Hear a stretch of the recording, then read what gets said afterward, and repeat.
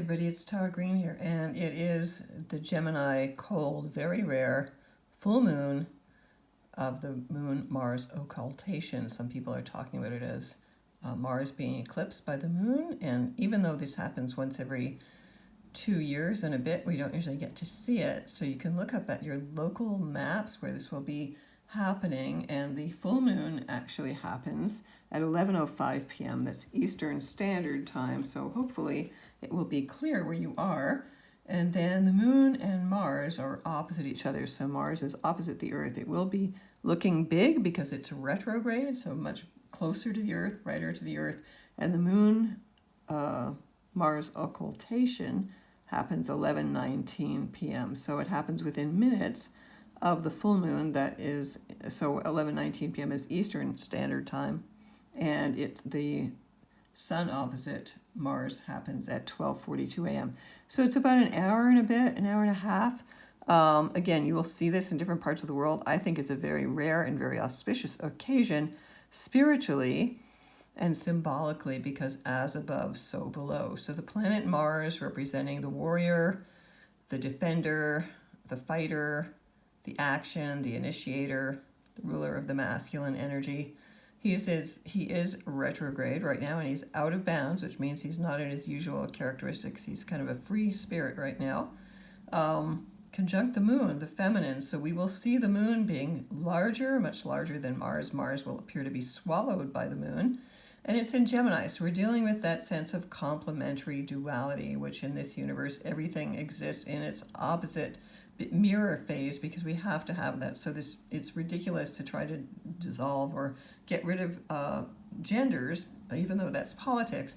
But there's always that opposition: day, night, black, white, up, down, etc. Yin, yang. Got to have that. So Sun and the moon at 16 degrees of Gemini. It's about choices. It's about our minds. Gemini rules our minds, our intellect, our questioning, our debating. We need to have literally free speech. I totally applaud Elon Musk for what he's doing on Twitter, releasing all those fake documents and all the collusion of the mainstream media, colluding with the government, with big pharma, with the election interference. That is all real. And I think people who are so quote unquote conspiracy theorists kind of knew that all along, because they're always willing to look below the surface. And Gemini can be kind of surface, it's kind of a light sign. So rather than take sides, we have to be able to think as, what is this really reflecting back to me? So like the shadow side, okay? When Mars moves behind the moon, I believe it's going to be a very powerful symbol of the wounded warrior, okay? Like Chiron, the wounded healer, which is at 15 degrees of Aries there. Chiron, sextiling the moon and Mars. So Chiron, the wounded warrior in Aries, will get healed by surrendering, because Neptune, the planet of surrender, it is like the hangman in the tarot, even though the outer planets, the transpersonal, very personal planets, are not related to the symbols in the tarot. It's the closest one to the hangman, which is Thor's father, Odin, voluntarily hanging himself upside down from the world tree to gain feminine knowledge, not upright masculine consciousness. So Mars surrendering to be engulfed and cleansed and taken back into the womb, the wounded warrior who's for 75,000 years dominated the earth with this fake, bullshit about a father god in the sky, the most ridiculous story you could imagine. Think about in years from now, they'll go, how could people have been deluded and believe such bullshit for so many thousands of years? Well, they were coerced. They were threatened to be killed. The women were all raped. Everybody was raped into submission. And now people are beginning to wake up to realize everything we've been taught is a lie. Okay, I really applaud the Gen Z, as we say Gen Z in Canada, Gen Zers, for really seeing all the bullshit for what it is, okay? So you don't have to destroy everything, though. I mean, this is the beginning of the age of Aquarius, which I believe really starts in earnest when Pluto enters Aquarius on March 23rd, 2023, and then for real in January 2024 for the next 20 years. As Saturn is leaving Aquarius right now. But so everybody's inner warrior who fights to defend its wounds its vulnerability, Chiron, the wounded healer, teaches you that the greatest strength is in being vulnerable, and we're all wounded. It is part of the human condition. If you buy into the false belief that we are separated from the Great Mother, which we never really are. So this is a very powerful alchemical process. I mean, it made me think about the alchemy of they call it the Red Queen and the White King, or vice versa. They become each other. So it is like the symbol of temperance in the tarot, the number 14, where one becomes the other. It is totally compassionate, actually, which is what Neptune is all about. And so Mercury, the ruler of this lunation, is at 1 degree of Capricorn, just at the beginning of the zodiac, where the winter solstice is, where the sun will be on December the 21st. So it indicates kind of a new physical manifestation. The womb is the symbol of the Great Mother's womb. We all come from that Great Mother. She's the cosmic void. Venus is right on the cosmic void today at 27 degrees of Sag. Actually, it is the galactic center, which the Mayans saw as the great cosmic vagina. It's a wormhole where all souls, they believed, came and exited through that great womb, because it's what you come out of, you go back to. It's pretty obvious. So Venus is also squaring Neptune and Jupiter, so it's a great night to visualize, to work with your dreams, to really tune into Jupiter, which rules Pisces and Sagittarius. Jupiter represents the higher master teacher, so tonight I am going to be meditating. I will go out and see if I can see this Moon-Mars occultation, and the word occult means hidden. So this is the real thing. This is the real, we'll watch Mars get hidden for a bit, and then boom, get birthed out the other side. So we need to surrender that aspect of our minds that is always defending our egos, okay, and go into a non-ego state, and that is Neptune and Pisces, Jupiter and Pisces. Jupiter at the very last degree of the zodiac. It couldn't get more karmic than that. Plus, Ceres, the Great Mother, is in Virgo, in a very earthy, grounded sign opposite Jupiter. Yes, also squaring Venus. So again, through love, Venus and Sag, higher love, truth, honesty, justice, real justice. Jupiter rules sacred law as well. That was according to the indigenous teachings I received. So really call upon Jupiter. Very, really powerful here.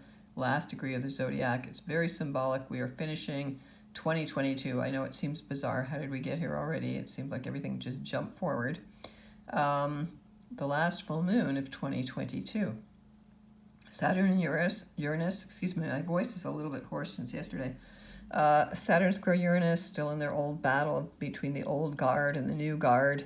And they are in a kind of what I would call a mutual reception in a weird way, because, Uranus rules Aquarius, and that's where Saturn is. So Uranus and Taurus is an earth sign. I always think of Saturn as mainly ruling earth, but it does rule Aquarius as well. So they are kind of really supporting each other. The cosmic cattle prod is saying, resistance is futile, and Uranus is at the 15th degree, the most powerful degree of Taurus. So, people are really grinding in. I don't want to budge. I don't want to move. And of course, Saturn and Aquarius rules cryptocurrencies, and all the thing with that, Sam Bankman-Fried and the whole crypto kind of meltdown. Excuse me.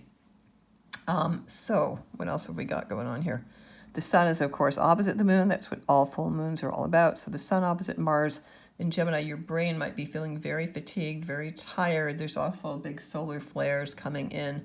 So if you're feeling really tired, dizzy, or headachy, that's because of those solar flares on top of everything else. Now, this chart is set for Washington, D.C., so it has a Virgo rising here, but that's not true in every location. Lilith and Athena, they've been together, kind of arm in arm, in Cancer, supporting each other. They're like a little family. They are still opposite Pluto. So again, that the shadow strength, the Athena, she is you'll hear me say this again, she is a virgin goddess, which means she's a parthenogenic goddess. She can reproduce herself. And there's Lilith, the first woman who said, you don't treat me with respect, I'm out of here. So those energies are in the shadow of the feminine right now. Pluto is activating them unconsciously. I mean, they will come out sooner or later. They're always there. But you really want to go into the shadow, okay? Juno, the feminine form of genius, is at 15 degrees as well. So when planets are at the 15th degree, they're at their most powerful. They're at the crest of the wave. Sorry, I'm losing my voice.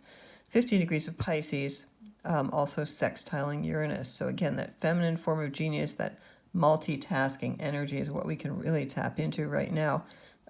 Juno is squaring the sun there, so she is also involved with Neptune in this flight of fancy, I want to say. Now, be careful that you don't go into denial and projection, because that's the downside of Neptune, and especially Jupiter and Pisces. I was just thinking today about how it's going to be. I told a friend of mine last night, he's a fellow astrologer, that, the glamour period of worshiping the stars is going to be over right away when Neptune enters Aries, which is in March 2026, I believe. 2025, 2026. It's not very long off now. I can't wait. I'm waiting with bated breath. So what else have we got here? Now there is a yod, or what they call a finger of God, and that is from Chiron in Aries, the wounded healer, okay, at 12 degrees Aries, sextiling in a 60-degree angle to the moon and Mars retrograde, and then to the south node in Scorpio. So again, a lot of the secrets, all that stuff about the Balenciaga ads and the, the child porn and the S&M stuff, that's all coming out. And then the dirty laundered money from the big corporations and the banks are making gazillions of profits while they're raising interest rates and starving people out. The revolution is inevitable, and it is going to start, just like it has been going on in China. And unless you live in a totally dictatorial place like China is, where they're going to keep trying to quell people and kill them, or like in Iran, where they keep killing innocent women and people there, the revolution is going to have to happen, and there is more people, ordinary people, than there is guns, even if they have lasers and all kinds of technology, right? We want to rebel against that transhuman technology as well. So all of that's kind of going on as well in this, because that's Gemini. Gemini rules that duality. I remember hearing years ago that the world would split into like two Earths, and one part of the Earth would be full of people who lived in fear and believed in what what was on the surface and what they were told, and then the other part would go into very spiritual, loving, compassionate, really living the essence of honoring the earth and treading very lightly, kind of very much the way indigenous people have always lived and honored the earth. So honoring the earth is really important right now too. Honoring your own body. Sorry, I'm losing my voice here and I have to take care of my voice. So I want to wish you all the best for this very powerful lunation. Very rare, very special. Watching Mars get washed clean by the moon in Gemini under a cold moon. But the moon is never cold, really. It's just reflecting that it's in winter here in the northern hemisphere. So if you have planets, of course, at I would say 12 to 17 degrees of the mutable signs, which is Gemini,